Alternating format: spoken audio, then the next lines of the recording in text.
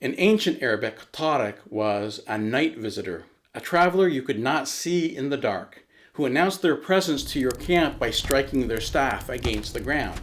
Taraka. So it is interesting that in the Qur'an's chapter 86, God swears an oath by the sky and by At-Tariq, the night visitor who knocks. But then the Qur'an says, and what will make you realize what At-Tariq is? وَالسَّمَاءِ وَالطَّارِقِ وَمَا أَدْرَاكَ مَا الطَّارِقِ. This rhetorical question is a pattern in the Qur'an. It is also used for Laylatul Qadr, Al-Qari'ah, and Yawm ad-Din, and a few other terms.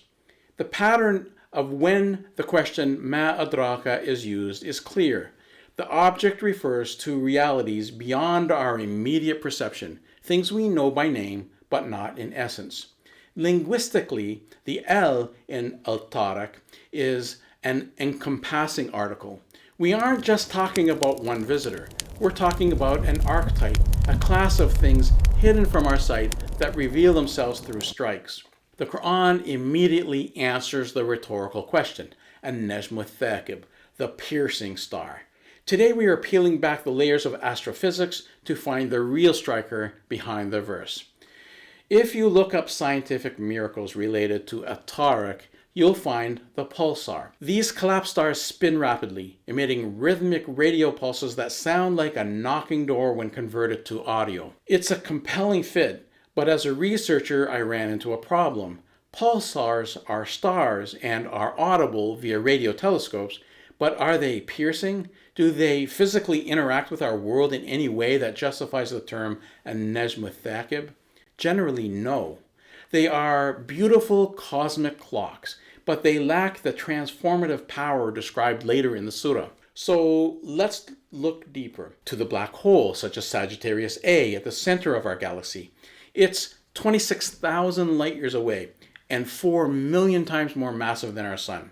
This is the ultimate invisible guest. Within its event horizon, even light cannot escape. It satisfies the Ma Adraka mystery, why God had to tell us about it, because it is literally unseeable.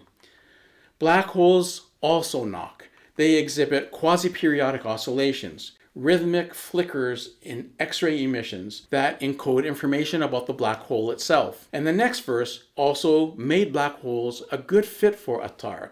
The verse goes, In kullu nafsin lamma alayha hafidh. There is no soul but has over it a recorder. This perfectly mirrors the law of information conservation from physics, the idea that data is never lost to the universe. Think of space as tiny volumes containing bits. Like a computer, information can be scrambled by entropy, but it cannot be destroyed. When the Qur'an says every soul has a recorder, it implies that your data, who you are, is never lost, not a single bit. But there is a problem. While black holes store information, are hidden, and knock, X-ray emissions from them are also not strong enough to be considered piercing.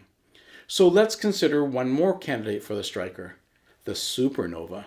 The supernova is a star that was once hidden or unremarkable until it suddenly explodes, striking the universe with a wall of ionizing radiation. This radiation, X-rays and gamma rays, truly pierces through atmospheres and DNA. Before we continue with supernovae, consider the next 3 verses. فَلْيَنْظُرُ الْإِنسَانَ مِمَّ خُلِقَ خُلِقَ مِنْ مَاءٍ دَافِقٍ يَخْرُجُ مِنْ بَيْنِ الصُّلْبِ وَالتَّرَائِبِ. Let people consider what they were created from gushing water emerging from between the Sulb and the Tara'ib. Literally, the Sulb refers to the backbone and the Tara'ib to the rib cage or upper chest. The most common interpretation is that mankind is being reminded of their humble origin in seminal fluid. Other interpretations see the Sulb as representing the male and the Tara'ib the female, pointing to the interaction that leads to human creation. Some modern researchers even note that early reproductive structures develop near the spine before migrating. Without contradicting these explanations, we can step back and examine the underlying language, perhaps gaining an additional allegorical meaning. In Arabic, the root of the word sulb conveys hardness, rigidity, and structural strength. The root of tara'ib is associated with dust, earth, and fine particles. In geology, we see a similar contrast between the Earth's rigid interior layers and its more granular outer layers. And deep in the ocean, between such layers, hydrothermal vents release superheated, mineral-rich, gushing fluid. Environments that many scientists believe played a critical role in the early chemistry of life. This offers an intriguing parallel, life emerging from dynamic processes deep within structured layers. Let man consider what they were created from gushing water emerging from between the Sulb and the Tara'ib. This is where the supernova comes in. Life may have begun in these vents, but it needed a spark to evolve. Supernovae provide the mutagenic knocks, bursts of high energy, piercing radiation. To understand the scale and consider the frequency.